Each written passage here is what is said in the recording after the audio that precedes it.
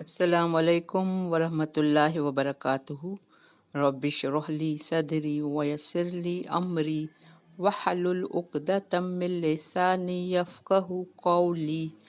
رب زدنی علما، اللہم فقہنا فی الدین، اللہم توفیقی الا باللہ، اللہم انی اسألک علما نافعا، رزقا طیبا، عملا متقبلا۔ آمین الہی آمین۔ اللہم صلی علی محمد وعلی آل محمد کما صلیت علی ابراہیم وعلی آل ابراہیم انک حمید مجید۔ اللہم بارک علی محمد وعلی آل محمد کما بارکت علی ابراہیم وعلی آل ابراہیم انک حمید مجید۔ سیدہ سلیمہ رضی اللہ عنہ نے فرمایا کہ رسول اللہ صلی اللہ علیہ وآلہ وسلم ابو سلمہ رضیہ کے پاس آئے اور ان کی آنکھیں کھلی رہ گئی تھی، یعنی وہ وفات پا چکے تھے لیکن ان کی آنکھیں کھلی رہ گئی تھی۔ پھر ان کو بند کیا اور فرمایا کہ جب روح نکلتی ہے تو آنکھ نگاہ اس کا پیچھا کرتی ہے۔ پھر ان کے گھر والے رونے لگتے تو آپ صلی اللہ علیہ وآلہ وسلم نے فرمایا اپنے نفس کے لیے خیر ہی مانگو، کیونکہ جو تم کہتے ہو فرشتے اس پر آمین کہتے ہیں۔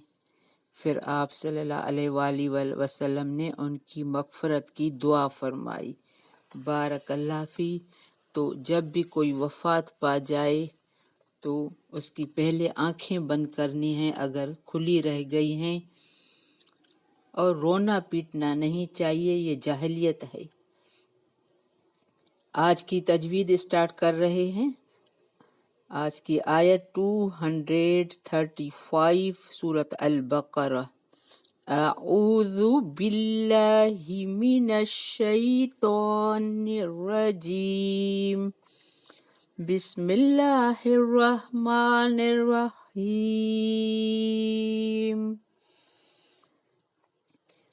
ولا جناح علیکم فیما أردتم به من خطبۃ النساء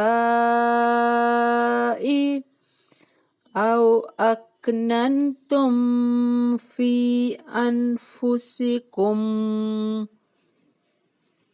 علم اللہ انکم ستذکرونہن ولیکن لا تواعدوہن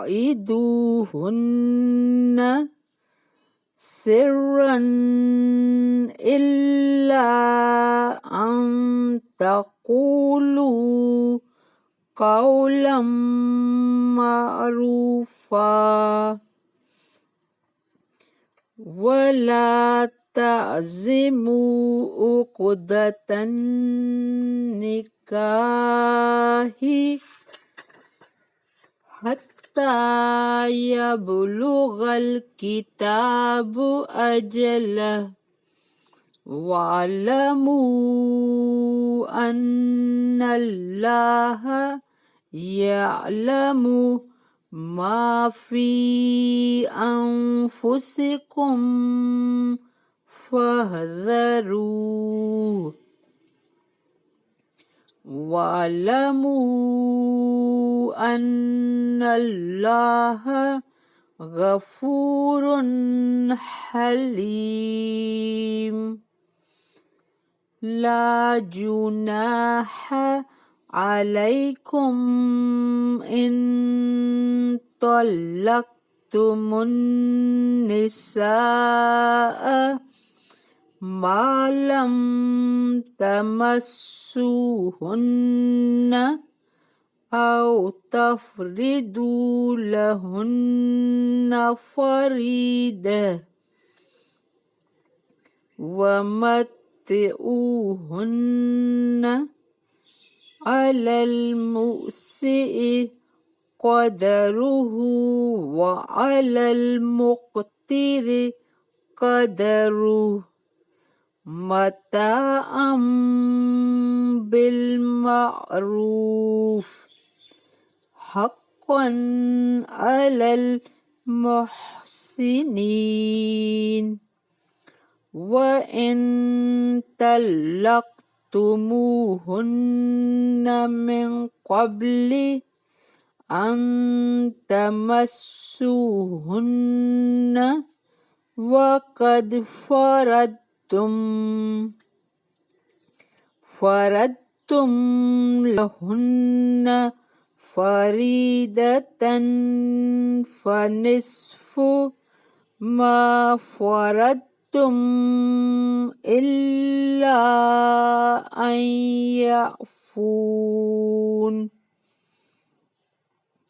أو يعفو الذي بيده عقدة النكاح وأن تعفوا أقرب للتقوى ولا تنسوا الفضل بينكم إن الله بما تعملون بصیر۔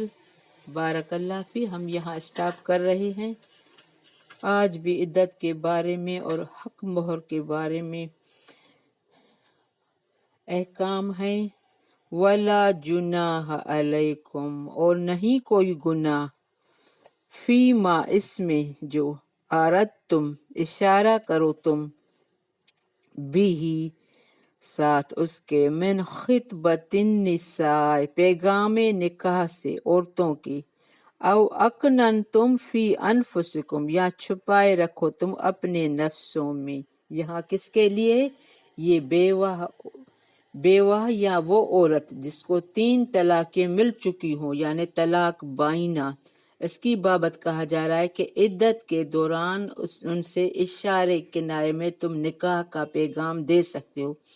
مثلا کوئی ابھی ان کی 3 طلاقیں ہو چکی ہیں تو ان کو، یا کوئی عدت میں ہے جب ابھی اس کے 4 مہینے نہیں ہیں، تو مثلا میرا ارادہ شادی کرنے کا ہے، یہ ہے اشارہ، یا میں کسی نیک عورت کی تلاش میں ہوں وغیرہ، لیکن اس سے کوئی خفیہ وعدہ مت لو، اور نہ مدت گزرنے سے قبل عقد نکاح پختہ کر لو۔ آگے آ رہا ہے اس کا، علم اللہ، او اکننتم فی انفسکم، یا چھپائے رکھو تم اپنے نفسوں میں، یعنی تم ان کے خفیہ نکاح یا کوئی ایڑا پیغام نہیں بھیجو۔ علم اللہ، جانتا ہے اللہ، انکم، بے شک تم، ستذکرونہن، ضرور تم ذکر کرو گے ان کا، ولیکن لا تواعدوہن، لیکن تم نہ لو وعدہ ان سے، سرًا الی ان تقولوا قولا معروفا، چھپ کر، یعنی تم ان سے کوئی چھپ کر وعدہ نہ لو، ان کے ولی سے رابطہ کرو، ابھی ان سے، ابھی آگے بھی آ رہا ہے، مگر ان تقولوا قولا معروفا، یعنی طریقے سے، اخلاق سے۔ لیکن وہ عورت جس کو خاوند نے 1 یا 2 طلاقیں دی ہیں، ان کو عدت کے اندر اشارے کنائے میں بھی نکاح کا پیغام دینا جائز نہیں، کیونکہ جب تک عدت نہیں گزر جاتی اس پر خاوند کا ہی حق ہے۔ ممکن ہے عدت گزر جائے، خاوند دوبارہ رجوع کرے، ابھی چانس ہے۔ یہاں مسئلہ بعض دفعہ ایسا بھی ہوتا ہے کہ جاہل لوگ عدت کے اندر ہی نکاح کر لیتے ہیں۔ اس کے بابت حکم یہ ہے کہ اگر ان کے درمیان نکاح ہو چکا ہے عدت میں ہی، ہم بستری نہیں ہوئے، تو فوراً ان کے درمیان تفریق کرا دی جائے، الگ کر دے۔ اگر ہم بستری ہو گئی ہے تب بھی تفریق ضروری ہے، تاہم دوبارہ ان کے درمیان عدت گزرنے کے بعد نکاح ہو سکتا ہے یا نہیں، اس میں اختلاف ہے۔ وَلَا تَعْزَمُوا عُقْدَةَ النِّکَاحِ، اور نہ تم عزم کرو نکاح کا پکا ارادہ، عقدہ نکاح کا، حتیٰ یبلغ الکتاب اجلہ، یہاں تک کہ پہنچ جائیں مقررہ میعاد اپنی مدت کو، یعنی اس کے جو عدت کی ٹائم پیریڈ ہے وہ جب مکمل ہو جائے تب تک تم صبر کر کے بیٹھو، پھر اس کے ولی سے بات کرنی ہے۔ وَاعْلَمُوا أَنَّ اللَّهَ، جان لو بے شک اللہ، یعلم جانتا ہے، ما فی انفسکم، اس سے جو تمہارے نفسوں میں، فاحذروا بس ڈرو اس سے۔ وَاعْلَمُوا أَنَّ اللَّهَ غَفُورٌ حلیم، جان لو بے شک اللہ بہت بخشنے والا، بہت بردبار ہے۔ ہم اگر یہاں ایک قانون بنا کے دیا ہے، لا جناح علیکم، نہیں کوئی گناہ تم پر، ان طلقتم النساء، تم پر نہیں کوئی گناہ تم پر اگر طلاق دے دو تم عورتوں کو، طلقتم النساء ما لم تمسوہن، جبکہ نہ چھوا تم نے چھوا نہیں اسے، یعنی آپ کی نکاح ہو گیا ہے، رخصتی ہو گئی ہے، ابھی مرد نے عورت کو چھوا نہیں ہے، اس کے پہلے ہی طلاق دے دی۔ او تفرضوا لہن، اور یہاں تم نے مقرر کیا ان کے لیے کوئی حق مہر، ومتعوہن، اور مال و متاع دو انہیں، ابھی تم نے چھوا نہیں ہے، طلاق دے دی بغیر چھوئے، تم نے حق مہر مقرر کیا تھا تو انہیں کچھ نہ کچھ دے کر رخصت کر دو۔ علی الموسی، اور اوپر وصیت والے کے، قدر ہو اس کی وصیت کے مطابق، وعلی المقتر قدر ہو، اور اوپر تنگ دست کے اس کی وصیت مطابق۔ ابھی یہ عورت کا فرمائش نہیں ہے کہ اپنی مرضی سے اسے تحفے تحائف لے، اب مرد اپنی وسعت کے مطابق جتنا اس کے پاس مال ہے اس کے مطابق وہ عورت کو فائدہ دے گا، متعوہن، مال متاع فائدہ دے گا، اس کو تنگ نہ کیا جائے۔ متام بالمعروف، فائدہ پہنچانا ہے بھلے طریقے سے، یعنی عزت اخلاق سے اس کو فائدہ دو، کوئی گالی گلوچ تانا غلط الزام نہیں لگاؤ۔ یہاں شریعت یہ کہہ رہی ہے اگر تم نے اسے چھوا نہیں ہے، طلاق دے رہے ہو تو اس کو احسان کرو، مال و متاع دو، لیکن احسان کے ساتھ حقاً علی المحسنین، حق ہے اوپر نیکی کرنے والوں کہ اللہ نے یہاں اس مرد کے اوپر یہ حق رکھا ہے۔ وَإِن طَلَقْتُمُوهُنَّ، اگر طلاق دے دو تم انہیں، من قبل اس سے پہلے، ان تمسوہن کہ تم نے چھوا ہونے، وہ اوپر والا ہی ہے، تم نے چھوا انہیں، اور وقد فرضتم، اور تحقیق مقرر کر دیا تھا تم نے ان کے لیے فریضتاً کوئی مہر، حق مہر، فنصف تو آدھا ہے، ما فرضتم اس کا جو مقرر کر چکے تم مہر، الا ان یعفون مگر یہ کہ وہ عورتیں معاف کر دیں۔ ابھی ایک آدمی اور لڑکی کی رخصتی ہو گئی ہے، نکاح ہو گیا ہے، حق مہر مقرر تھا، ابھی مرد نے چھوا نہیں ہے، تو عورت کے لیے یہ فرض ہے کہ وہ اپنے میاں سے آدھا حق مہر لے سکتی ہے، اگر معاف کرے گی تو یہ اس کے لیے بہتر ہے۔ وَإِن تعفوا، اور یہ کہ تم معاف کرو، اقرب زیادہ قریب ہے، للتقوی تقوی کے لیے، مرد ہو یا عورت معاف کرے تو اللہ کے نظر میں یہ زیادہ تقوی کے لیے ہے۔ وَلَا تَنْسَوُا الْفَضْلَ، تم بھولو احسان کو، اور نہ تم بھولو احسان کو، بینکم آپس میں، ان اللہ بے شک اللہ، بما تعملون بصیر جو تم عمل کرتے ہو خوب دیکھنے والا ہے۔ تو یہ اللہ نے نکاح ہو گیا ہے، یہ اس عورت کی بابت حکم ہے کہ نکاح کے وقت حق مہر مقرر نہیں ہوا تھا، خاوند نے خلط یعنی ہم بستری کے بغیر طلاق دے دی، اب حق مہر مقرر نہیں ہوا تھا اور خاوند نے ہم بستری کے بغیر طلاق دے تو اسے کچھ نہ کچھ فائدہ دے کر رخصت کرو۔ یہ فائدہ متاع طلاق ہر شخص کی طاقت کے مطابق ہونا چاہیے، خوشحال اپنی حیثیت اور تنگ دست اپنی حیثیت کے مطابق۔